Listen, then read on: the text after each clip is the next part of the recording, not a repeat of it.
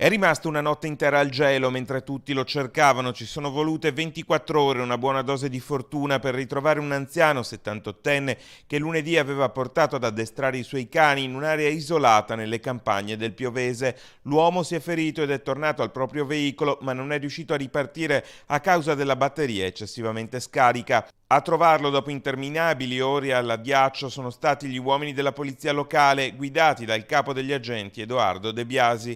Il pensionato di Brugine ha a lungo inseguito i cani che non ne volevano sapere di rincasare. Fasi concitate che hanno fatto finire a terra il pensionato, che ha subito uno stiramento al muscolo. A quel punto, tornato alla microcar, l'uomo ha realizzato di aver lasciato i fari accesi e di non essere più in grado di mettere in moto.